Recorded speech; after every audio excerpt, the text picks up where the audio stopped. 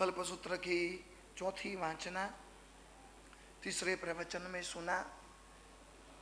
प्रभु की माता को एक नहीं, दो नहीं, तीन नहीं, कितने सपन आते हैं? 14 सपन। स्वप्न पाठक आते हैं, आशीर्वाद देते हैं। और उस समय स्वप्न पाठकों ने सिद्धार्थ महाराजा ने पूजन किया, सत्कार किया और बैठने के लिए सिंहासन वगैरह दिया। और फिर सारी बातों का जिक्र किया कि ऐसे ऐसे हुआ। हमारी त्रिशला ने मध्यरात्रि को गहरी नींद में 14 सपनों उन्होंने नजरों नजर देखा। और स्वप्न पाठकों का स्वप्न वर्णन सुनने से पूर्व सिद्धार्थ महाराजा ने सत्कार सम्मान किया।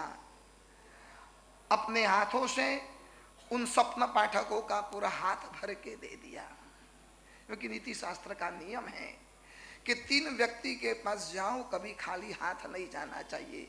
रिक्त पाणिर न पश्येत राजानम दैवतम गुरुम निमित्तज्ञम विशेषेण फलेन फलम आदिशेत। अब राजा के पास जाओ, देव के पास जाओ। देव दैट मीन्स देव और गुरु।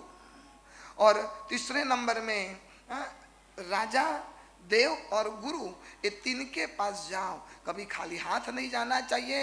यदि आप खाली हाथ से गए तो खाली हाथ से ही लौटेंगे, और भरे हुए हाथ से गए तो भरे हुए हाथ से लौटेंगे। शास्त्रों में अनुपमा की कथा आती है। अनुपमा का तो नाम सुना है ना। वस्तुपाल तेजपाल की पत्नी अनुपमा राजस्थान के आबू के अरवल्ली के डूंगरों के ऊपर जब मंदिरों का निर्माण कार्य चालू था, वस्तुपाल तेजपाल तो अपने राज के कार्यों में व्यस्त रहते थे। तब पूरी सारी जिम्मेदारी आबू देलवाड़ा के मंदिरों की अनुपमा के सर पर ढोक दी। लाखों मजदूर काम करते थे।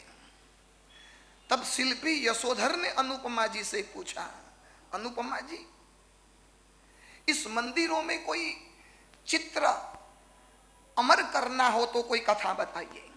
शालिभद्र की कथा, अमर कुमार की कथा, नाग केतु की कथा। इतना बड़ा मंदिर डिजाइन तो हमें करनी है, एक भी कोना खाली नहीं रखना है।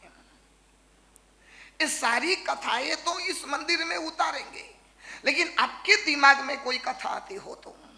अनुपमा ने कहा,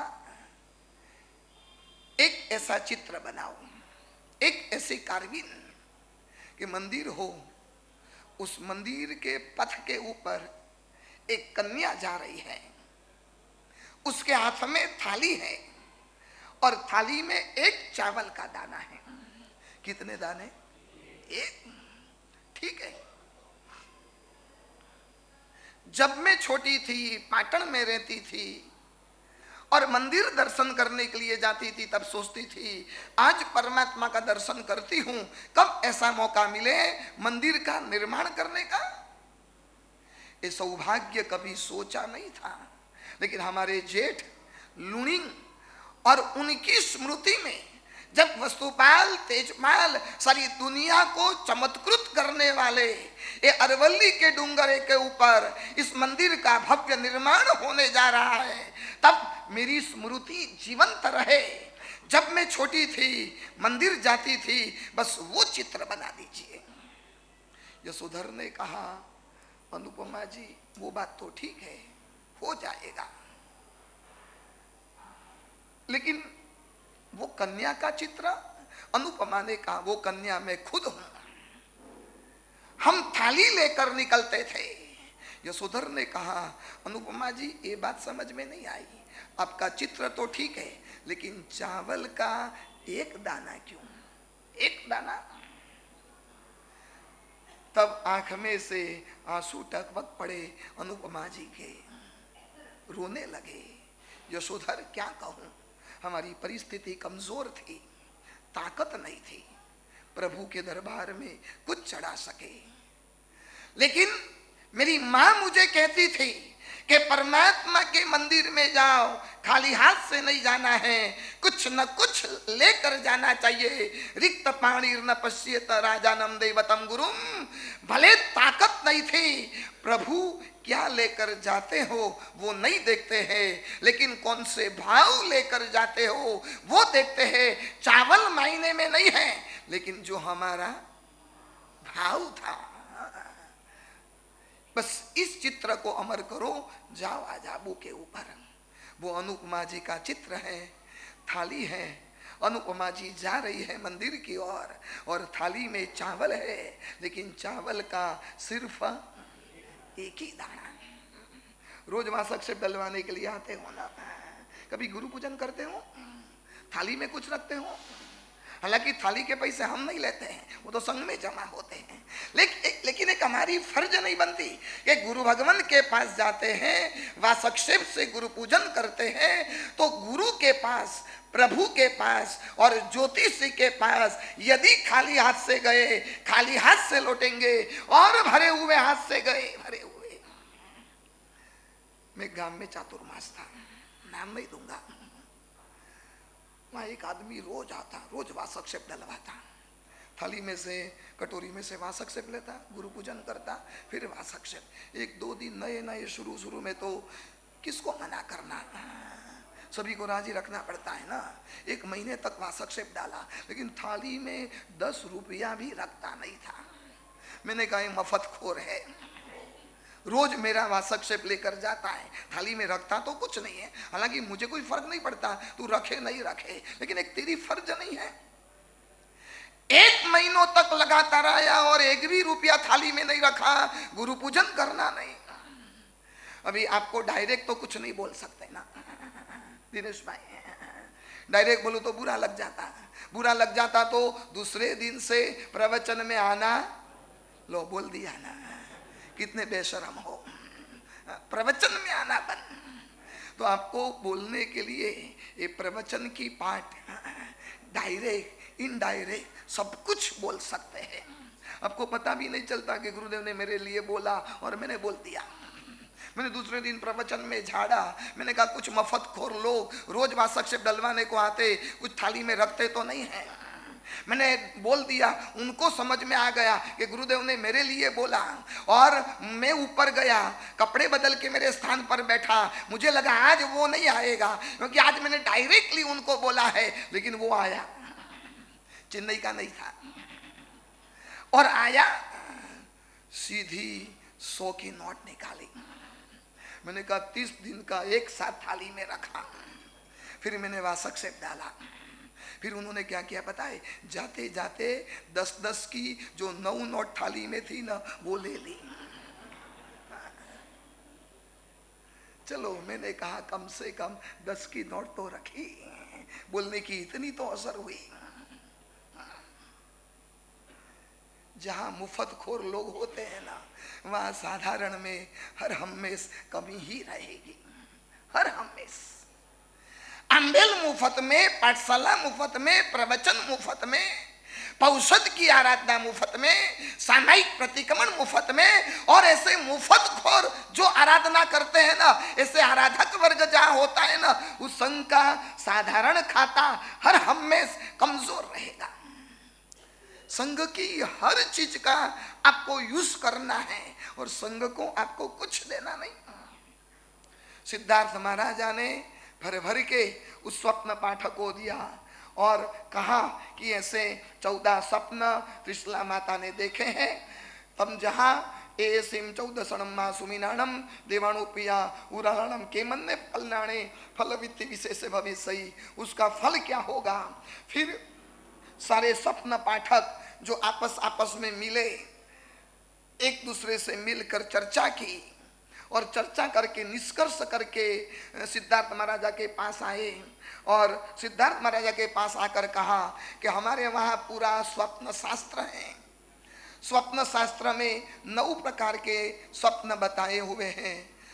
कोई स्वप्न अनुभव किया हुआ रहता है, कोई स्वप्न सुना हुआ, मतलब दिन को सुना हो वो रात को सपने में आता है, कोई स्वप्न दिन को देखा हो रात को आता है, कोई स्वप्न वायु और पित्त के विकार से पैदा होता है, कोई स्वप्न नॉर्मली आता है, कोई स्वप्न दिन रात जिसकी चिंता करते हो ना वो स्वप्न में चला आता है। 7वें नंबर का स्वप्न कोई देव आकर हमें बताता है। 8वें नंबर का स्वप्न धर्म कर्म के प्रभाव से आता है। और 9वें नंबर का स्वप्न अत्यंत पाप का उदय आता है, तब आता है। ये 9 प्रकार के स्वप्नों का वर्णन है और उसमें से कुछ स्वप्न शुभ है और कुछ स्वप्न अशुभ है। आप लोगों को स्वप्न आता है कि नहीं आता? हाँ, क्या देखते हो सपने में? एक बार पत्नी अपने पति को डॉक्टर के पास लेकर गई और शिकायत करने लगी, मेरे पति रात को नींद में मुझे लात मारते हैं, वो फुटबॉल खेलते हैं नींद में। फुटबॉल का प्रेमी होगा और दिन भर फुटबॉल खेलता होगा, इसलिए नींद में भी फुटबॉल खेलता है। और फुटबॉल वाला तो क्या करता पता है ना, अपने पास फुटबॉल आता है, वो क्या लगाता, सीधी लात। तो सपने में लात लगाता है, कुछ दवा दीजिए ना। डॉक्टर ने दवाई दी, दवाई देकर पति पत्नी घर पर गए और शाम को नींद से पहले जब पत्नी अपने पति को दवाई देने लगी ना, तब पति ने कहा कि नहीं आज नहीं, दवाई कल से लूंगा। पत्नी ने पूछा आज क्या प्रॉब्लम है? नहीं, आज मेरी नींद में फुटबॉल की फाइनल मैच है, आज फाइनल मैच है, आज नहीं लूंगा। ऐसे जो सपने आते हैं ना वो फलीभूत नहीं होते हैं। स्कूल में 2 लड़के लेट आए, टीचर ने पूछा लेट क्यों आए? अरे सर क्या करूं, आज मैं सपने में अमेरिका गया था, ट्रम्प को मिलने के लिए थोड़ा टैरिफ हमारे पर कम डाले, मैं मिलने के लिए गया था, उसमें उठना लेट हो गया इसलिए लेट आया। सर ने कहा ठीक है बैठ। फिर दूसरे बच्चों को पूछा तू क्यों लेट आया? सर इसको छोड़ने के लिए एयरपोर्ट गया था। ऐसे सपना और पूरा सपनों का वर्णन। अभी 10 बजे चढ़ावे चालू करने हैं, उन्हीं 10 बज गए हैं, इसलिए यहाँ पूरा स्वप्न शास्त्रों का वर्णन नहीं करता हूँ। लोग मेरे पास आते, गुरुदेव मुझे सपना में पद्मावती आती, चकेश्वरी आती, मणिभद्र आते। किसी के घर में किसी के महिलाओं को देखना, कोई महिला कहती मुझे तो मेरे शरीर में पद्मावती आती है, मुझे चकेश्वरी आती है। मैं तो इस बातों को हम्बक मानता हूँ। कोई पद्मावती रिकामी है तेरे शरीर में आएगी? वो तो देवी है, देवलोक की देवी है, अपना तो गंदा शरीर है और इतने गंदे शरीर में पद्मावती आएगी? Never possible. कुछ लोग हम पद्मावती आती है ना, मैं तो कई महिलाओं को बोलता हूँ, मुझे अहमदाबाद में एक महिला मिली थी, मेरे शरीर में पद्मावती आती है। मैंने कहा जब आए ना तब मेरे पास तू आ जाना। और वाकई में जब आई और पद्मावती आने लगी और पद्मावती आंख बंद और जोर जोर से हिलती, जोर जोर से अपना बाल खुले, कोई तो डर जाते। मैं तो डरने वाला नहीं था क्योंकि मुझे पता था ये सब नाटक है। और पता नहीं पद्मावती चकेश्वरी मणिभद्र महिलाओं को ही आता है, भाइयों को क्यों नहीं आता? और जैसे ही पद्मावती आई ना, अगले मैंने कहा कि मैंने हाथ ऊपर उठाया, मैंने कहा हाथ मेरा ऊपर है कि नीचे है? मेरा हाथ ऊपर है कि नीचे है? तो धीरे से आंख खोल कर बताया। मैंने कहा पद्मावती को आंख खोलने की जरूरत नहीं रहती, पद्मावती को तो अवधि ज्ञान होता है। ऐसी बातें मानना मत, किसी को देवी देवती कोई आता नहीं है, ये सब ड्रामाबाजी है, ये सब नाटक है। 2-4 थप्पड़ लगाओ देवी भाग जाएगी। और एक एक स्वप्न बताते हैं। यदि स्वप्न में कोई मनुष्य आया, हाथी आया, घोड़ा आया, शेर आया, बैल आया, और यदि उससे जुड़े हुए रथ में आप बैठे हो तो अवश्य आप राजा होंगे। स्वप्न में ज्वेलरी आई, मणि मोती आए, ऐसे धन का समूह यदि दिखा हो तो समझ लेना कि आपका एक दिन अवश्य मृत्यु होने वाला है। वैसे अलग अलग प्रकार के यहाँ सपनों का वर्णन बताया और साथ में बोल दिया अशुभ सपना आया हो फिर शुभ सपना आए तो अशुभ सपना की असर मिट जाती है। और पहले अशुभ सपना आया पहले शुभ स्वप्न आया, फिर अशुभ स्वप्न आया, तो शुभ स्वप्न की भी कोई असर नहीं होती है। आपकी माता ने 14 स्वप्न देखे हैं और यहाँ बताते हैं कि वासुदेव जब अपनी माँ के गर्भ में होते हैं तो 14 में से उनकी माता 7 महास्वप्न को देखती है। बलदेव जब गर्भ में होते हैं तब 14 में से 4 महास्वप्न देखती है। मंडलिक की माता मतलब राजा की माता को जब राजा पेट में होता है तब ये 14 में से कोई भी एक महास्वप्न देखती है। लेकिन ये त्रिशला माता ने 1 नहीं, 2 नहीं, 3 नहीं, कितने देखे? 14 देखे। क्या परिणाम होगा? कितने सुंदर शब्द है, आपको समझ में नहीं आएगा, लेकिन भद्रबाहु स्वामी जी महाराज के कुछ शब्द तो सुनो। भोग लाभो देवाणु पिया, पुत्र लाभो देवाणु पिया, सुख लाभो देवाणु पिया, रज लाभो देवाणु पिया, एवं खलु देवाणु पिया, तिसला खत्तियाणी नवन्नम मासाणम बहुपड़ी पुण्डाणम अड्डमाणम राइंदियाणम विकंताणम तुम्मम कुल केवुम तुम्मम कुल दिवम तुम्मम कुल पवयम कुल वड़िंसयम कुल तिलयम कुल कीर्तिकरम कुल वित्तिकरम कुल दीनयनम कुलाधारम कुल नंदीकरम कुल जसकरम कुल पायमम कुल तंतु संतान विवर्तनकरम सुकुमाल पाणी पायम। ये 14 स्वप्न त्रिशला माता ने देखा है। उसका परिणाम वो आएगा कि राजन आपको भोग का लाभ होगा, आपको पुत्र का लाभ होगा, आपको सुख का लाभ होगा, आपको राज्य का लाभ होगा, आपके कुल में दीपक समान, आपके कुल में ध्वज समान, आपके कुल में तिलक समान, आपकी कुल की कीर्ति करने वाला, आपकी कुल की वृद्धि करने वाला, आपके कुल में सूर्य समान, आपके कुल के आधार समान, आपके कुल में खुशी खुशी खुशी फैलाने वाला ऐसा एक लक्षणों से युक्त और संपूर्ण अंगोपांग वाले और सूर्य और चंद्र जैसा आकार वाला और एकदम हैंडसम, एकदम ब्यूटीफुल वैसे बालक का जन्म त्रिशला माता देगी। बोलिए महावीर स्वामी।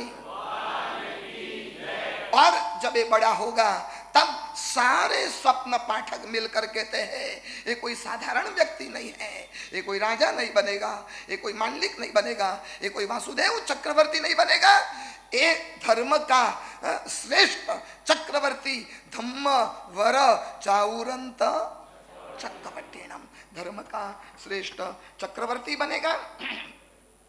14 स्वप्न देखे हैं। 4 दांत वाला हाथी देखा, उससे इस समवसन में बैठकर 4 प्रकार का धर्म बताएगा। कौन सा? दानशील, तपभाव। बेल देखा तो भरत क्षेत्र में बोधि बीज की वावणी करेगा। शेर देखा वो काम वगैरह दुर्गम हाथियों को तोड़ने वाला बनेगा। लक्ष्मी देखी, संवत्सरिक 1 साल तक लक्ष्मी का वो दान करेगा और तीर्थंकर की लक्ष्मी की प्राप्ति करेगा। माला देखी, उससे पूरे 3 लोक में अपने मस्तक पर धारण करने योग्य बनेगा। चंद्र का दर्शन किया तो सारे जगत को आनंदित करेगा। सूर्य के दर्शन से पूरे पृथ्वी में आभूषण समान बनेगा।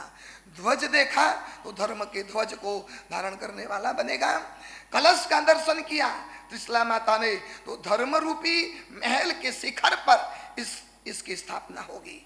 पद्म सरोवर देखा त्रिशला माता ने, इससे जब जब विहार करेंगे तब देवों ने बनाए हुए स्वर्ण कमल के पर पैर रख कर विहार करेंगे। रत्नाकर देखा तो कैवल्य रूपी रत्न प्राप्त करेगा। विमान का दर्शन किया तो वैमानिक देवों को पूज्य बनेगा। रत्नों की राशि देखी तो रत्न के किले पर समवर्षण में बैठकर देशना देगा। और बिना धुएं के अग्नि देखा तो भव्य रूपी सोने को शुद्ध करने वाला बनेगा। ऐसे पूरा वर्णन करते हैं। सिद्धार्थ महाराजा खुश हो जाते हैं और अधिकतर सत्कार सम्मान करके त्रिशला माता का जहाँ सिंहासन था वहाँ सिद्धार्थ महाराजा आते हैं और आकर सारे सपनों की बात बताते हैं जो ज्योतिषों ने बताया था। और फिर क्या हुआ, धीरे धीरे धीरे धीरे दिन बढ़ते गए। 1 महीना, 2 महीना, 3 महीना, 4 महीना तीर्थंकर की आत्मा उदर में है। और जब पभीम समणे भगवान महावीरे तेसिम राय कुलंसी सहारिये तब पभीम बहवे वे समण कुंड धारियो तिरिय झुंबगा देवा सक्कवनेणम जाइम इमाइम पुराइम पुराणाइम महानियाणाइम। जब से तीर्थंकर की आत्मा सिद्धार्थ महाराजा के महल में आई है तब से एक तिरियक झुंबक देव होते हैं, वो क्या करते हैं, पहले के जमाने में बैंकिंग सिस्टम नहीं थी, लोग जमीन में गाड़ते थे अपने पैसे को, चांदी को, सोने को। वो सारा सोना चांदी पैसा जिसका मालिक मर चुका है वो निकाल निकाल के इस सिद्धार्थ महाराजा के राजभवन में वृष्टि करते थे। अब समझे कुछ, आप अपने हाथों से पैसा का सदुपयोग नहीं करेंगे ना, फिर क्या होगा, फिर क्या होगा। ऐसे त्रियक जुम्बक देव लेकर तीर्थंकरों के भवनों में वृष्टि करेंगे। अपने हाथों से सुकृत कर लो, आज अवसर है, आज जन्म वांचन का अवसर है। अपने हाथों से यदि सुकृत कर दिया ना तो ऐसा कभी मौका नहीं आएगा। और चारों ओर से वृद्धि होने लगी। सिद्धार्थ महाराजा ने सोचा ये तीर्थंकर की आत्मा मेरे घर पर आई है, और उससे क्या हुआ, चारों ओर से राज्य बढ़ने लगा, राष्ट्र बढ़ने लगा, सैन्य बढ़ने लगा, कोषागार मतलब पैसे बढ़ने लगे, और विपुल धन कणग रयण मणि मोती शंख शिल पवाल रत्न रयण मायेणम संत सार सावज्येणम पीसक्कर समुदयणम अईव अईव अभिवटिथा। चारों ओर बढ़ते गया, बढ़ते गया, बढ़ते गया। तब सिद्धार्थ महाराजा और त्रिशला माता दोनों ने मिलकर तय किया, जब इस बालक का जन्म होगा ना तब इस बालक का नाम उसके गुण के अनुरूप हम नाम रखेंगे वर्धमान। बोलिए वर्धमान स्वामी की। अरे यार, जय बुलाने में पैसा देना पड़ता है। सुरेश भाई ऐसा रिवाज है क्या कि जय बुलाने में 10,000 रुपया की फीस है क्या, कोई नकरा है? अरे भगवान की जय तो बुलाओ। बोलिए वर्धमान कुमार की, बोलिए वर्धमान कुमार की। परमात्मा का जन्म नहीं हुआ, जन्म होने से पहले प्रभु का नाम तय किया गया। दो ढंग से नाम बनता है, नाम से गुण आता है पहले नंबर में, या तो जैसा गुण होता है वैसा नाम होता है। आपका नाम कैसे रखा, कैसे रखा? मेरा नाम क्या है? बोलो ना यार, 2 महीने से प्रवचन देता हूँ, नहीं तो नाम भी याद नहीं रहेगा। आने वाले कहेंगे कोई महाराज थे, कॉलेज में शिविर करते थे, बहुत डांटते थे। नाम तो बोलो, मेरा नाम आचार्य बाचार्य कुछ नहीं, बस खाली कुलबोधि। बस क्या मैं तुम्हारा दोस्त हूँ क्या? कम से कम बोलो तो सही, आचार्य भगवान कुलबोधि सुरीश्वर जी। मेरा नाम मुझे सिखाना पड़ता है। कुल मतलब फैमिली, उसको बोध देने वाला, बरोबर। मुझे मेरे गुरुदेव ने नाम दिया, वैसा गुण नहीं था, मैंने कोई मेरे फैमिली को बोध नहीं दिया था कि मेरा नाम कुलबोधि रखे। लेकिन मेरी दीक्षा हुई मेरे 5 साल के बाद। मेरे मम्मी, मेरे पापा, मेरे 2 बहनें और मेरे भाई, ये पांचों की मेरे 5 साल के बाद दीक्षा हुई। मतलब क्या हुआ, जो नाम दिया उसके मुताबिक क्या आया, गुण आया। या तो नाम से गुण आता है या तो गुण के मुताबिक नाम आता है। इसलिए अच्छे नाम रखने का एक प्रभाव होता है। प्रभु के 3 नाम रखे। वीरता का गुण था ना, हमारे इसलिए देवों ने महावीर नाम रखा। क्या नाम? और महावीर के नाम में कभी तकलीफ आए ना, महावीर का नाम बोलना। कभी मैं कमजोर हो जाता हूँ ना, कभी कभार प्रवचन में हो जाता, कभी निराशा आ जाती, लेकिन मैं महावीर का नाम लेता हूँ ना, मुझे ऐसा जोश जुनून पैदा हो जाता। वीरता का गुण था, इसलिए माता पिता ने नहीं, देवों ने प्रभु का नाम क्या रखा, और चारों ओर सब कुछ बढ़ते गया। पैसा बढ़ा, राज्य बढ़ा, धन धान्य समृद्धि बढ़ा, सुख सुविधा बढ़ी। इसलिए माता पिता ने नाम क्या रखा, वर्धमान। और खूब तपस्या की, खूब श्रम किया, इसलिए देवों ने तीसरा नाम रखा श्रमण। श्रमण भगवान महावीर। नाम के मुताबिक गुण होता है। और आज क्या होता है, लगभग लगभग देखो नाम का कोई ठिकाना नहीं है। मीनिंगलेस नाम, मीनिंगलेस। हमारे वहां उपदेश पद में हरिभद्र सूरी महाराज ने एक कथानक में एक लड़के का नाम रखा अरहत दत्ता। अरहत दत्ता। अरहत मतलब अरिहंत। जब जब भी उसके पिताजी पुकारते थे अरहत अरहत, तो अरिहंत की याद आती। बार बार किसी ने पूछा ऐसा नाम क्यों रखा, तो हरिभद्र सूरी महाराज ने जवाब लिखा, अरहताम भगवताम पुनः पुनः स्मरणार्थम। जब बेटे का नाम पुकारे, बार बार अरहत अरहत अरहत बोले, तब किसकी याद आती? अरिहंत की याद आती। अभी आप पिंटू पिंटू पिंटू करो, किसकी नाम याद आती? आज के नाम भी कितने बड़े विचित्र होते हैं। लड़कियों का नाम सिंपल, डिम्पल, रिम्पल, फिर चंपल, ये तो कोई नाम है?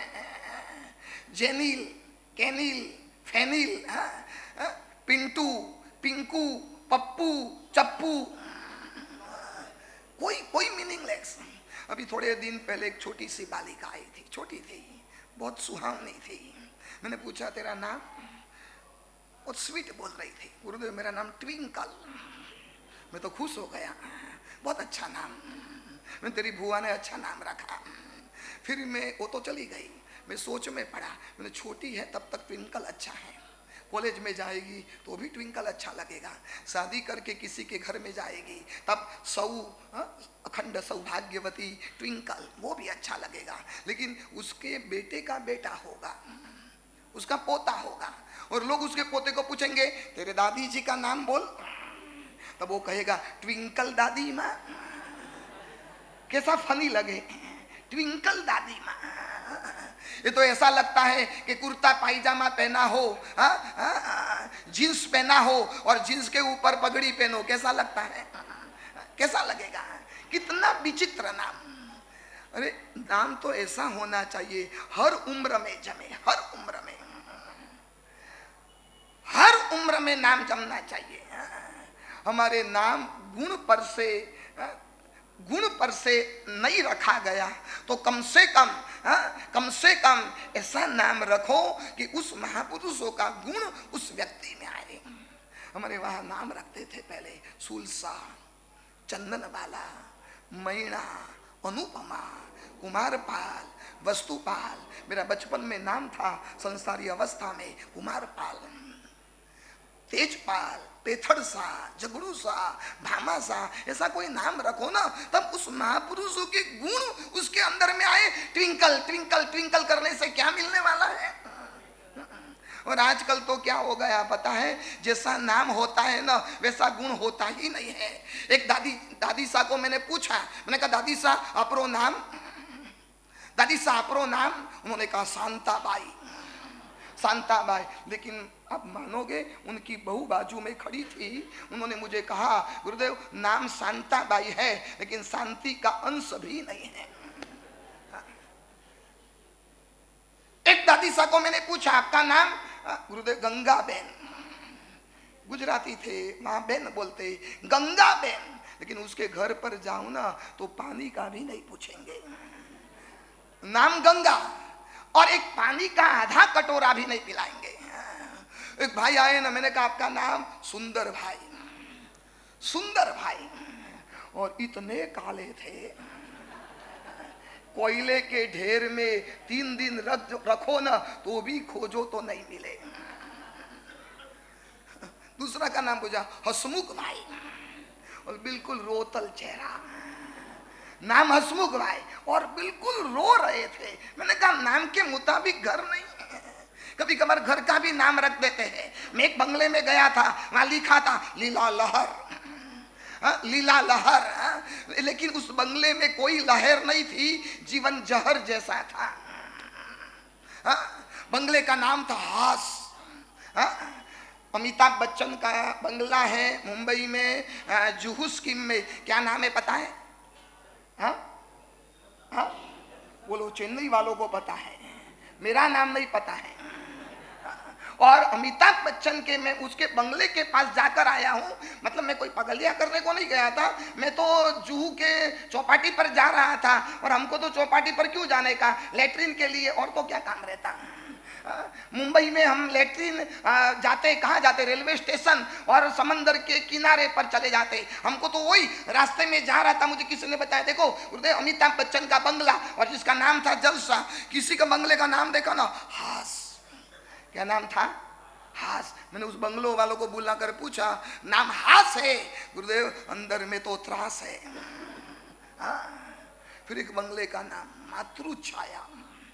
मैं तो खुश हो गया। हाँ? कौन सी छाया? मातृ छाया। अंदर गया, परिवार को इकट्ठा किया, मैंने मंगलिक सुनाया, भाषाक्षेप डाला। फिर उस फैमिली के व्यक्ति को मैंने पूछा, मैंने कहा घर में कौन कौन है? गुरुदेव मेरी पत्नी, मेरे 2 बेटे। मैंने कहा तेरी मम्मी? गुरुदेव मेरी बहू को मम्मी के साथ पड़ता नहीं है ना, वो छोटे भाई के बंगले में रहते हैं, यहाँ नहीं रहते हैं। तो मैंने कहा नाम तो मातृ छाया रखा है। नाम यदि मातृ छाया रखा है तो एक काम कर, या तो माँ को घर में लेकर आओ या तो तेरा बंगले का नाम बदल दे। गुरुदेव माँ तो घर में नहीं आएगी, आप मुझे बताइए मेरे बंगले का नाम क्या चेंज करूं? मैंने कहा मातृ छाया नहीं, तू पत्नी छाया रख दे, हो जाएगा। नाम के मुताबिक तो थोड़े गुण लाओ। और हमारे पास लोग आते, गुरुदेव नाम दो ना। मेरे पास भी आते, हमारे परिचित लोग होते हैं, फोन करते, गुरुदेव जन्म हुआ। मैं कंडीशन करता हूं कि मैं जो नाम दूं वो रखना हो तो मेरा टाइम बिगाड़ना, बाकी टाइम पास मत करना। कोई ऑप्शन नहीं, मेरे दिमाग में जो नाम आया वो नाम आपको दे दूंगा। वो रखना हो तो 1 सेकंड में हाँ बोलो, नहीं तो फोन रख दो, हमको काम में लगा दे। नहीं गुरुदेव नाम नहीं, दूसरा नहीं, तीसरा। कोई काम धंधा नहीं है क्या हमको? और परमात्मा का गुण संपन्न नाम, चारों ओर सब कुछ बढ़ते गया, इसलिए क्या नाम रखा? वर्धमान। हमको पता है ना, जिसको अपने जीवन में वृद्धि बढ़ाना है ना, उसको वर्धमान की आराधना करनी चाहिए। और जिसको अपने भीतर के दोषों को घटाना है ना, तो उसको महावीर स्वामी का नाम लेना चाहिए। वर्धमान सब कुछ बढ़ाएगा और महावीर सब कुछ कम करेगा। वर्धमान नाम रखा। इधर तैणम समणे भगवान महावीरे मायु अणुकम पट्ठाए निचले निफंदे निरेयणे अलीण पलीण गुत्या भी होता। इधर परमात्मा ने सोचा मैं मेरी माँ के पेट में 9 महीना तक हूँ, मेरी माँ को पीड़ा न हुए। और तीर्थंकरों की माता की एक उपलब्धि होती है, कभी भी पेट बाहर नहीं आता है, मतलब गूढ़ गर्भा। तीर्थंकरों की माता को गूढ़ गर्भा की उपाधि दी गई है, मतलब पेट में बालक है, पेट बढ़ता नहीं है, पता नहीं चलता है। तो तीर्थंकर जब पेट में थे तब प्रभु महावीर ने सोचा मेरी माँ को पीड़ा न हुए, इसलिए प्रभु स्थिर हो गए। प्रभु ने हिलना चलना बंद कर दिया। जैसे प्रभु का अवसर ध्यान में बैठे हो, कभी कल्पना करते हैं कि एक मोहराज को विजय पाने के लिए प्रभु कोई मंत्र की साधना करने के लिए बैठ गए। प्रभु ने तो अच्छे के लिए किया कि मेरी माँ को पीड़ा न हुए, लेकिन त्रिशला माता को गलतफहमी हो गई, मिसअंडरस्टैंडिंग हो गई और त्रिशला माता आक्रमण करने लगी। हड़े में से गब्भे, मड़े में से गब्भे, चूहे में से गब्भे, गलिए में से गब्भे, ये समय गब्भे कुबी में आई, यानी नोए आई। मेरा गर्भ गल गया, मेरा गर्भ मर गया, मेरा गर्भ मिट गया। पहले हिलता था, अब हिलना बंद हो गया। इस जगत में मातृ भक्ति का श्रेष्ठ उदाहरण कोई भी तीर्थंकरों में से किसी ने दिया हो तो किसने दिया? महावीर ने दिया। जो माता का चेहरा नहीं देखा है वो माता को पीड़ा न हुए और उसके लिए हिलना डुलना बंद कर देना, कितना जबरदस्त प्रभु ने हमारे सामने आदर्श रखा कि आपके लिए माता पिता उपकारी है। 9 महीने तक आपको ढोया है और जन्म लेने के बाद इतनी परवरिश की है। उस माता पिता को त्रास देंगे, उस माता पिता को परेशान करेंगे। आज महावीर का जन्म वांछन सुनने वाले लाखों जैनों को मैं कहता हूं, शुरुआत यहां से करो। अपने कम से कम माता पिता को तो सेटिस्फैक्शन दो, कम से कम माता पिता के सामने बोलना तो बंद करो। 3 भूमिका होती है, एक संघर्ष की, दूसरी समाधान की, तीसरी समझ की। संघर्ष, 3 बेटे होते हैं ना, छोटे थे तब लड़ते थे, माँ मेरी है, माँ मेरी है, और बड़े होकर भी लड़ते थे, लेकिन थोड़ा सा फर्क हो गया, माँ मेरी है नहीं, माँ तेरी है। मुझे नहीं चाहिए, माता पिता को मेरे घर में नहीं रखना है, मेरी पत्नी के साथ उसकी पट्टी नहीं है, यार तेरी पत्नी के साथ उसको पटनी ना होना तो तेरी पत्नी को उसके पियर छोड़कर आना। तू अपनी पत्नी के लिए माता पिता को छोड़ देता है। तेरी पत्नी को बोल देना चाहिए मेरे साथ शादी की है, ये मेरे माता पिता है, उसकी सेवा उनकी परवरिश करने की तेरी जिम्मेदारी है, तुझे करना ही पड़ेगा। नहीं जमता है चुपचाप अपने पियर का रास्ता पकड़ ले, फिर से दोबारा कभी मेरे घर पर आना नहीं। माता पिता नहीं चाहिए, ये संघर्ष की भूमिका। फिर समाधान की भूमिका। 3 बच्चे हैं, 4-4 महीना बारी होती है, 4-4 महीना, 4 महीना बड़े घर के, 4 महीना बीच वाले के घर पे, 4 महीना छोटे के घर पे। और उसमें 31 तारीख आ गई तो हाँ नहीं, आप मामूली मत मानो। मेरे पास पूछने को आते गुरुदेव 31 तारीख को कहाँ खाना। मैंने कहा क्यों? गुरुदेव 4 महीने की पारी कंप्लीट हो गई, अब 1 दिन अधिक है, नहीं छोटे के वहां जा सकता है, नहीं बीच वाला हमने रख सकता है। और अम्बेल खाता में अम्बेल करने वाले मैंने माता पिता को देखा है। आज न बड़ों की बारी, आज न छोटों की बारी। समाधान, लेकिन समझ क्या होती है पता है? हाँ नहीं, माता पिता मेरे घर में ही रहेंगे, वो मेरे साथ नहीं रहेंगे, लेकिन मैं उनके साथ रहूंगा, वो मेरे साथ नहीं। नई शादी हुई ना, फिर हनीमून मनाने को गया, वहां उसका खास पुराना मित्र मिल गया, रास्ते में मिला, गले लगाया। यार बचपन में मिलते थे, बड़े हुए कितने साल हुए मिले नहीं, आज खुशी हुई, पहचान कराई, ये मेरी घरवाली है। लेकिन शादी होने के बाद 2 महीने में माँ बाप के साथ नहीं जमा, इकलौता बेटा, और माँ बाप को छोड़कर अपना घर अलग बसा लिया था। फिर घूमने फिरने निकला, रास्ते में मित्र मिला, और मित्र को कहा यार इतने सालों के बाद मिला, मैं तो अभी हनीमून मनाने को आया हूँ, फिर आराम से तेरे गांव में आता हूँ, तेरे घर पर आता हूँ, और कोई भी आधी रात को भी मुझे काम हो तो बताना ना। आखिर मित्र को काम में नहीं लगेगा तो कब लगेगा? तब मौका देखा, तब वो मित्र ने कहा, वो हंसने लगा। तब उसने पूछा क्यों हंसता है? अरे मैं इसलिए हंसता हूं, तू मुझे कहता है ना कि आधी रात को भी कुछ काम होगा तो बोलना, लेकिन दोस्त तू याद रख, जो अपने माता पिता को काम नहीं आया वो अपने मित्र को काम आएगा। जो अपने माता पिता को छोड़कर एक अपनी पत्नी के लिए घर छोड़कर चला गया, और अपने इकलौते बूढ़े माता पिता को किसके भरोसा पर छोड़ा, और तू मुझे कहता है कि आधी रात को भी बोलना।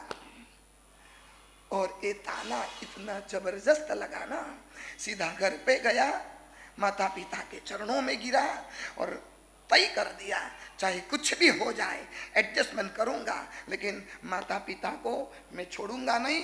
तुम्हारे बर्तन से माता पिता को हंसाओ नहीं तो कुछ नहीं, लेकिन कम से कम रुलाने का तो काम नहीं करना। और परमात्मा जब स्थिर हो गए तब पूरा वातावरण इतना जबरदस्त हो गया। त्रिशला माता तो करुण कल्पांत करते हैं। यहाँ सारे श्लोक उपाध्याय विनय विजय जी ने लिखा है।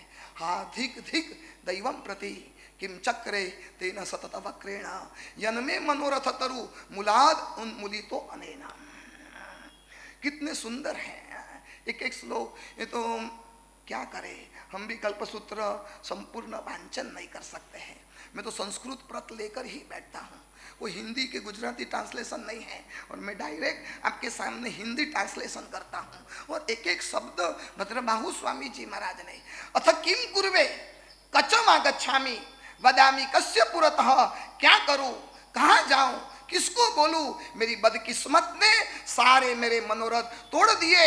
अब एक क्षत्रिय कुंड का इतना बड़ा साम्राज्य क्या करने का, एक 5 इंद्रिय विषय सुख अब मुझे नहीं चाहिए, और इतना अच्छा बेड, इतने अच्छे कपड़े, इतने अच्छे गहने, ये सब मुझे क्या करने का। त्रिशला माता को वैराग्य पैदा हो गया। जब आदमी हताश होता है, निराश होता है, तब संसार असार लगता है, और जब अच्छा मिल जाता है ना तब वैराग्य की हवा हो जाती है।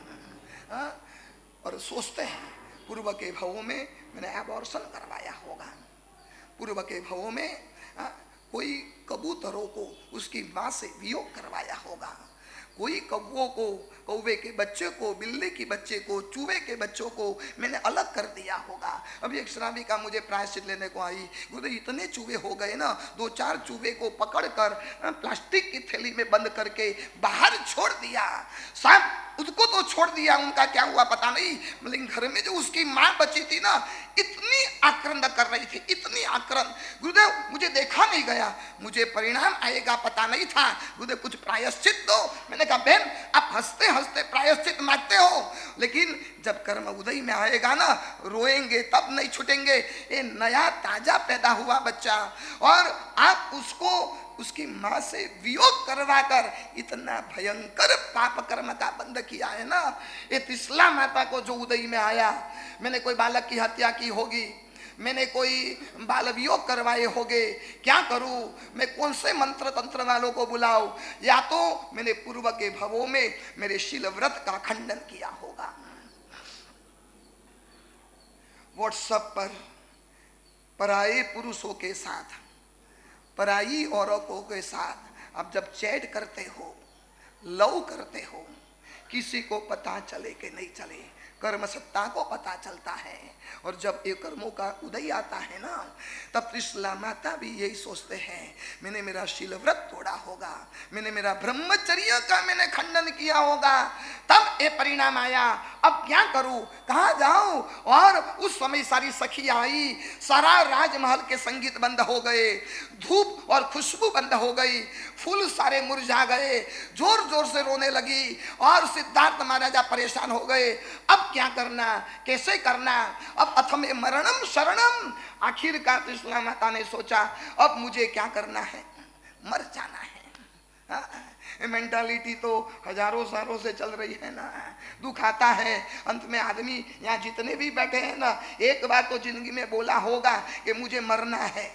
बोला कि नहीं बोला, बोला कि नहीं बोला, हाँ या ना। कभी ऐसा बोला कि मुझे चारित्र लेना है। अरे यार मरते क्यों हो, ऐसा बोलो ना। घरवाली से कंटाल गए, संसार से छुटकारा पाना है, आप थक गए पक गए, तो ऐसा बोलो ना मुझे दीक्षा लेनी है। घरवाली कहेगी शिवास्ते पंथाना, तिलक करेगी, कल नहीं आज चले जाओ।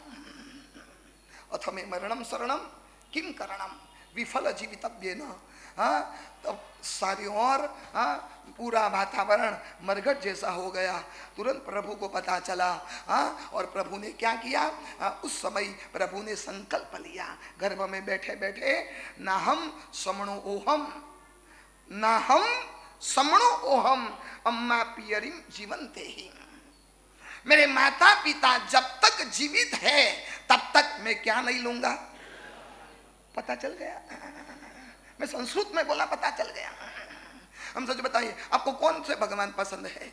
1000 साल तक अपनी माँ को रोते हुए छोड़कर आदिनाथ भगवान ने दीक्षा ली, और महावीर स्वामी भगवान ने संकल्प लिया था कि मुझे जब तक मेरे माता पिता जीवित है तब तक दीक्षा नहीं लूंगा। सच बताइए आपको आदिनाथ पसंद है कि महावीर स्वामी पसंद है? झट बोलिए। आदिनाथ महावीर स्वामी, महावीर स्वामी तो जिसके जिसके माता पिता मर गए आ जाओ दीक्षा का मुहूर्त निकालो। अरे यार भगवान ने जो किया है वो हमें नहीं करना है, लेकिन भगवान ने जो कहा है वो करना है।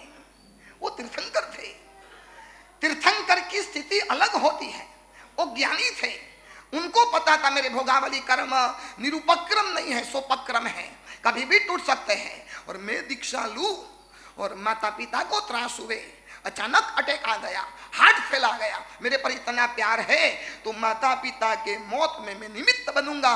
मुझे जगत उद्धार का कार्य करना है।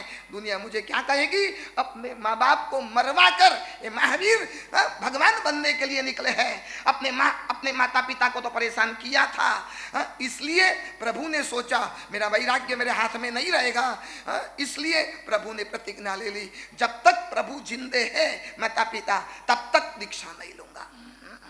और आदिनाथ भगवान को पता था मैं दीक्षा लूंगा, मेरी माँ को दुख होगा, रोएगी लेकिन मरेगी नहीं, वो मरने वाली नहीं है। इसलिए आदिनाथ भगवान ने रोते हुए छोड़कर, और मैं 100% कहता हूँ आप दीक्षा लोगे ना, आपके माता पिता रोएंगे लेकिन बोलो ना हाँ, रोएंगे लेकिन मरेंगे नहीं। सबको अपनी प्राण प्यारी है, सबको जान प्यारी है। कहेंगे तो सही मैं मर जाऊंगी, मैं मर जाऊंगी, कोई मरते नहीं है, कोई मरते नहीं है, सबको अपनी जान वाली है। और परमात्मा ने ये अभिग्रह लिया। फिर परमात्मा थोड़ा सा हिले, नो खलू में गब्बे हड़े जावा नो गलिए, प्रभु थोड़ा सा हिले। तब त्रिशला माता को लगा मेरा गर्भ तो सेफ है, सुरक्षित है। फिर उन्होंने राजमहल वालों को बताया। फिर नृत्य, फिर मजा, फिर डांस, संगीत सब शुरू हो गया।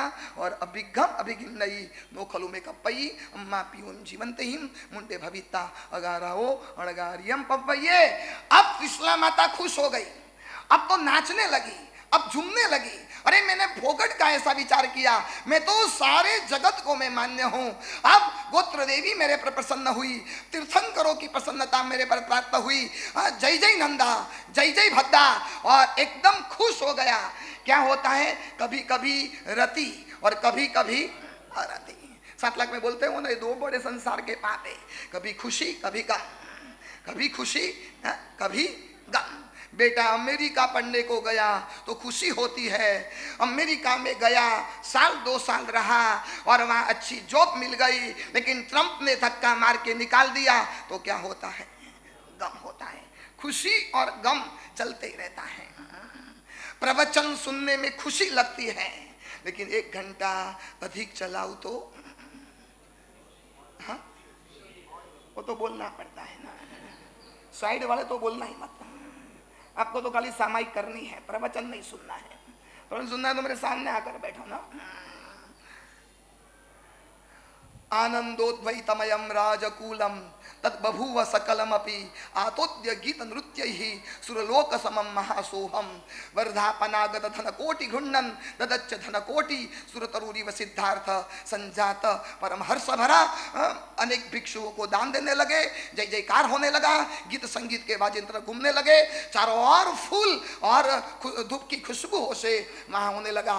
अब धीरे धीरे धीरे धीरे 9 महीना कंप्लीट होने आते हैं। तब त्रिशला माता को अपने क्षत्रिय कुल के जितनी वृद्ध बड़ी उम्र वाली जितनी औरतें थी, वो अपनी त्रिशला माता को शिखावन देते हैं, एडवाइस देते हैं। क्या देते हैं, तैणम ससला कत्याणी नाया कय बलिकम्मा कय कोल मंगल पाय चित्ता नाई अंबिलेहिम नाई महुरेहिम नाई निध्यहिम नाई लुखेहिम नाई उल्लीहिम नाई सुक्केहिम।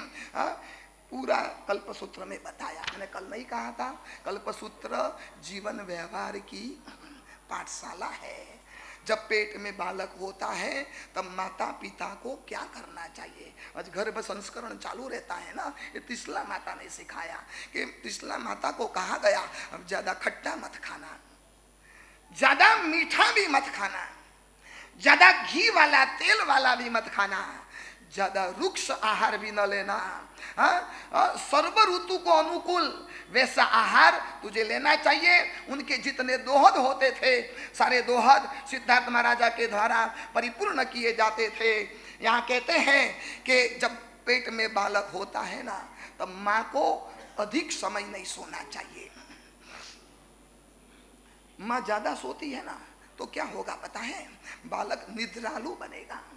मतलब देखना, आज जिस किसी को प्रवचन में झपकी आती हो ना, तो समझ लेना तुम्हारी माँ जब आप पेट में थे तब वो ज्यादा सोई होगी। नहीं, ये गंभीर बात करता हूं, मेरी बात नहीं है, कल्पसूत्र की बात है। ज्यादा आंख में ओ क्या आंचते हो, काला काला अंजन, अंजन बोलते ना, अंजन, काला काला अंजन। महिलाओं आप सुनो, आपके लिए प्रवचन है। काला अंजन ज्यादा आपने अनजाना तो समझ लेना आपके बच्चों को चश्मे ज्यादा आएंगे। आजकल देखना छोटे छोटे बच्चे चश्मे पहनते हैं, और वो भी चश्मे तारक मेहता के। छोटे छोटे बच्चों को चश्मे आ गए, क्योंकि माँ जब पेट में थी तब ज्यादा टीवी देखती थी, जब ज्यादा व्हाट्सएप पर रहती थी, और ज्यादा स्क्रीन पर रहने से बालक को आँख की रोशनी चली जाती है। और जो माँ ज्यादा रोती है ना, जब बालक पेट में जब प्रेगनेंसी की मैं बात करता हूँ, ज्यादा माँ रोती है ना, दिन भर रोती रहे तो बालक भी रोतल पैदा होगा। आज कई बालक आते हैं ना, यहाँ 64 में भी है, कुछ बालक को देखता हूँ दिन भर रोते ही रहते हैं। मैंने उसको कल ही कहा तेरी माँ को बुलाओ, क्या दिन भर रोता है? भूख लगती है तो रोता है, बरोबर है। एकाष्ठा के पहले उधर भूख लगी है, छोटा बालक है, भूख लगती है, ठीक है जा एकाष्ठा करने को। फिर एकाष्ठा करके आता है ना तो भी रोता है। मैंने कहा क्यों? उधर ज्यादा खा लिया। ज्यादा हंसना भी नहीं चाहिए, ज्यादा रोना भी नहीं चाहिए, ज्यादा स्नान भी नहीं करना चाहिए, ज्यादा प्रेगनेंसी में ब्यूटी पार्लर में नहीं जाना चाहिए। एक कल्पसूत्र की बात हो, मेरे घर की बात नहीं है, कल्पसूत्र हाथ में लेकर बैठा हूं। स्नानानुलेपना दुशीलः, ज्यादा ब्यूटी पार्लर में मम्मी यदि प्रेगनेंसी में जाएगी ना तो उसका बालक बड़ा होकर व्यभिचारी बनेगा, कई लड़कियों को घुमाएगा, कई औरतों के ऊपर नजर करेगा। तब कसूर बालक की मत निकालना, वो कसूर उसकी माँ की है। ज्यादा वो स्प्रे लगाया, ज्यादा विलेपन किया तो वो बालक कोढ़ी होता है। ज्यादा नख बढ़ाया, ज्यादा नख, कुछ महिलाओं का नख देखता हूं ना शेरनी जैसा होता है। मेरी तो नजर गिरती है ना, मैं तो बिंदास पूछ लेता हूं क्यों आपके हस्बैंड को मारना है क्या? इतने लंबे लंबे, और अब तो इमिटेशन नख आ गए, वाइट वाइट। शुरू में तो मुझे पता नहीं चला, मैंने कहा बहन जी इतने अच्छे नाखून मैंने तो कभी देखा नहीं। गुरुदेव ये तो बाजार से रेडीमेड है। ऐसे करने वाले जो होते हैं उसके चंचल होते हैं उसके बालक। जो ज्यादा हंसती है प्रेगनेंसी में उसका बालक के होठ काले काले होते हैं। देखो मेरे होठ लाल है, मेरी माँ ने हंसा नहीं। देखना, मुझे कुछ लोग पूछने को आते बोलते आप कुछ होठ पर लगाते हो? ओरिजिनल रेड है मेरा होठ, और आपके काले होंगे। लो कुछ तो मोबाइल में देखने लगे, काले है के रेड है। बहुत ही सुंदर बात यहाँ पर होती है। कुल वृद्धाए तो इस्लाम माता को सीख देती है।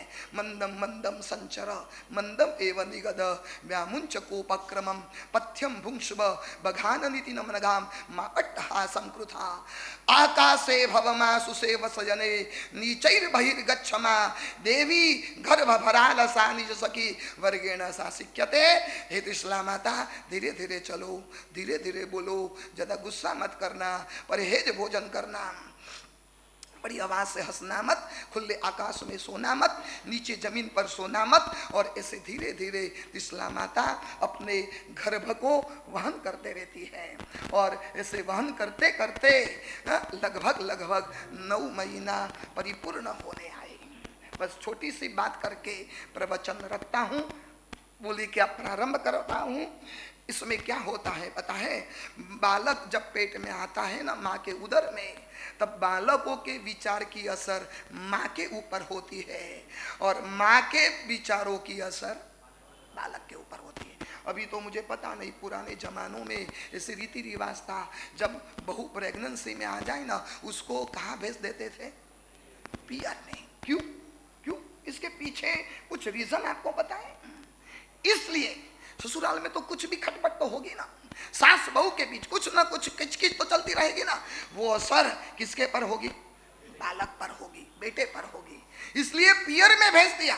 पियर में तो कोई झंकारा होता नहीं है, ससुराल में झंकारा होता है, पियर में थोड़ी होता है। और वहां तो सब कुछ सीधा सीधा चलता आता है। तो बालक को मैं महिलाओं से कहता हूं, प्रेगनेंसी में पियर में चले जाना, ससुराल में मत रुकना।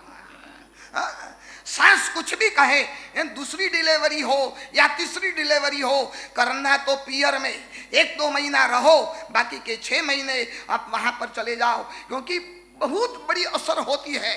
मैं तो हर प्रेग्नेंट महिलाओं से मैं 2-2 घंटा ट्यूशन देता हूं और हर महिलाओं से कहता हूं हम 9 महीना रोज अपने पेट के ऊपर हाथ रखकर अपने बालक से बात करो, वो सुनता है। अंदर बैठे बैठे सुनता है और आप उसको सुरवीरता की बातें करो, आप उसको शिवाजी महाराज की बातें करो, आप महाराणा प्रताप की बातें करो, आप उसको कुमारपाल महाराजा की बातें करो और बालक को कहना तू डरपोक मत बनना, तू कायर मत बनना बेटा। अपने शासन के जितने आतंकवादी आतताई आए ना तो उसको मारने और काटने में बिल्कुल बेटा तू डरना मत। शासन के लिए यदि जान का बलिदान देना पड़े ना बेटा, शासन के लिए न्योछावर हो जाना। मैं तुझे जन्म देती हूँ ना, ये जिन शासन के लिए जन्म देती हूँ बेटा, जिन शासन को अजरा अमर रखने के लिए जो कुछ भी करना पड़े ना बेटा करना। ऐसे 10 मिनट बेटे के साथ बात करोगे ना, वो बेटा कुमारपाल बनेगा, वो बेटा वस्तुपाल बनेगा, वो तेजपाल बनेगा, वो जगड़ू शाह भामाशाह बनेगा। लेकिन आजकल मम्मियाँ मैं देखता हूँ प्रेगनेंसी में रोती रहती है, व्हाट्सएप पर तारक मेहता देखती रहती है, अनुपमा तो देखती रहती है, फिर वो अनुपमा ही बनेगी। वो अनुपमा वस्तुपाल की नहीं, कलयुग की अनुपमा बनेगी। छोटी सी बात, एक जेब काटने वाला था, ट्रेन में से जा रहा था, दूसरी कोई औरत वो भी वो डिब्बे में बैठी थी, वो भी जेब काटने वाली थी। उन्होंने सोचा इसकी जेब में पैसे हैं, मैं काटूं, और सीधा हाथ डाला। उसको पता चल गया क्योंकि अपना ही बिजनेस था। सीधा हाथ पकड़ा, हाथ पकड़कर पूछा मैं भी जेब काटने वाला, मैं भी जेब काटने वाली। You are married? नो। अपना दोनों का एक ही बिजनेस है, अपन साथ में आ जाए तो अपना बिजनेस और ज़्यादा आगे बढ़ेगा। दोनों ने शादी कर ली, शादी करके तय किया अपना बालक ऐसा होशियार होना चाहिए ना, जन्म से ही वो जेब काटता रहे। अपन दोनों एक बिजनेस, तो अपना दोनों का बालक तो उससे भी ज़्यादा होशियार होना चाहिए। हाँ, लेकिन क्या हुआ पता है? पैदा हुआ ना उसका बालक मुट्ठी बंद, दोनों टेंशन में। मुट्ठी बंद है तो जेब कैसे काटेगा बड़ा होकर? तो ये डॉक्टरों को बताया, नहीं समझ पाए। साइक्रियाटिस्ट डॉक्टर के पास गए, वो समझ गया। उन्होंने कहा बहन जी आपके गले में जो सोने की चेन है ना मुझे देनी पड़ेगी, क्योंकि उन्होंने सोचा कि बालक के मुट्ठी में कोई चीज है और उससे महंगी चीज बताओ तो वो मुट्ठी खोलेगा। और वो सोने की चेन निकाली उसके माँ की, और उस साइक्रियाटिस्ट डॉक्टर ने उसके ऊपर घुमाई और उस बालक ने देखा, धीरे से मुट्ठी खोली तो अंदर में से मुट्ठी में से सोने की अंगूठी निकली। दोनों हैरान, सोने की अंगूठी जन्म से कहां से आई? क्या पेट में से लेकर आया क्या? दोनों समझ गए हमारा बेटा है ना, जेब काटने वाला है ना। जिस नर्स ने डिलीवरी करवाई थी उस नर्स की उंगली में से अंगूठी उतार दी। हाँ, एक कथा काल्पनिक है, लेकिन बालक माता पिता के मन के विचारों की असर बालक पर कितनी होती है ना, कितनी इफेक्ट होती है, एक कहानी बताता है। हाँ, यहाँ कहते हैं नमक कम खाना, शक्कर कम खाना, और इस्लाम माता को जीव दया के भाव पैदा होते हैं। मैं हाथी के अंबाड़ी पर बैठूं, दान दूं, गुरुओं की पूजा करूं, हमारी की उद्घोषणा करवाओ, तीर्थंकरों की पूजा कराऊं, संग में स्वामी वात्सल्य करवाऊं, जानात्यमारी पटहम पटु घोषयामी, दानम ददामी सुगुरुन परिपूजयामी, तीर्थेश्वरार्चनम अहम रचयामी संघे, वात्सल्य मुत्सवभृतम बहुधा करोमि, सिंहासने समुपविश्य वरात पत्रा, सिंहासन पर बैठूं, लोग मुझे छत्र धारण करे, दोनों ओर चामर बिंझे, आज्ञा ईश्वरत्व मुदितानुभव भवामी सम्यक, भूपाल मौली मणिलालित पाद पीठा, रुय्य कुंजर शिरा प्रचलत पताका, वादिंत्र नाद परिपूजित दिक विभागा, लोकैस्तुता जय जय तिरवै प्रमोदा, दुध्यान केली मनघाम कलयामी जाने। ऐसे हमारी की उद्घोषणा और चारों ओर स्वामी वात्सल्य, तीर्थंकरों की महापूजाएं, ऐसी भावना करते करते करते तीर्थंकर जो गर्भ में है बढ़ रहे हैं। समय बहुत नजदीक आया है। अब तीर्थंकर का जन्म होने की तैयारी है। 9 महीना से अधिक दिन गुजर गए हैं और धीरे धीरे समय पसार होते हैं। अब जन्म वांछन का सूत्र आएगा दोपहर में, ठीक 1:30-2 बजे के बीच जन्म वांछन का सूत्र होगा। अभी 10:30 बज गए हैं। जो भी संघ के चढ़ावे हैं, बोलियां हैं, कुछ मन में टारगेट बनाकर आए हो ना कि मुझे आज 1 लाख रुपया की बोली बोलनी है, मुझे 2 लाख रुपया की बोली बोलनी है, तो एक काम करना, सीधा 1 लाख बोल देना। 11,000 से शुरू नहीं करना। जो टारगेट है उस टारगेट में मिला तो ठीक है, नहीं तो आप छोड़ देना। हाँ, थोड़ा जल्द से जल्द हुए और स्वामी वात्सल्य भी शुरू होगा। तो खास करके मैं अरे यार पचकान तो लो, हमारी महिलाओं को तो बस पचकान तो लो। हाथ जोड़िए, पचकान, छठ, अठम उपवास, पणहार। आज 4 उपवास बाकी है। जिसको 4 लेना हो 4 ले लो, अब एक झटके में। अब एक एक मत लेना, सीधे 28 फाइनल, नीचे नाम लिखवा देना। और 26 तारीख को जो वरघोड़ा है सामूहिक 28 तब का, कोई पर्सनल पचकान लेकर नहीं आना है, सामूहिक वरघोड़ों में जुड़ना है और यहाँ एक साथ सभी का सामूहिक पचकान होगा। चलिए हाथ जोड़िए। 4 उपवास, 3 उपवास, 2 उपवास, 1 उपवास। और जिन्होंने 28 का पचकान लिया है उनको पणहार का पचकान। हाथ जोड़िए। जिसको 28 की भावना है, आज 5वां उपवास है, अपने स्थान पर खड़े हो जाइए। आज 5वां उपवास है, वो अपने स्थान पर खड़े हो जाइए।